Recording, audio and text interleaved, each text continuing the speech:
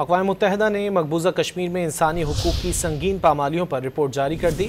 You N special report میں بھارت کا مکروہ چہرہ بے نقاب کر دیا گیا۔ خصوصی رپورٹ میں مقبوضہ کشمیر میں بھارت کی ریاستی دہشت گردی پر سخت تشویش کا اظہار کیا گیا۔ کہا گیا ہے کہ پہلگام واقعے کے بعد بھارتی فورسز نے مقبوضہ وادی میں اندھیر نگری مچا رکھی ہے۔ واقعے کے بعد سے اب تک صحافیوں، انسانی حقوق کے کارکنان سمیت 2800 شہریوں کو گرفتار کیا گیا۔ اقوام متحدہ نے مقبوضہ کشمیر میں انسانی حقوق کی سنگین پامالیوں پر رپورٹ جاری کر دی۔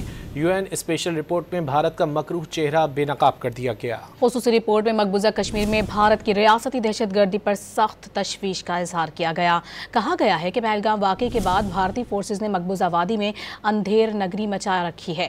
واقعے کے بعد سے اب تک صحافیوں، انسانی حقوق کے کارکنان سمیت 2800 شہریوں کو گرفتار کیا گیا۔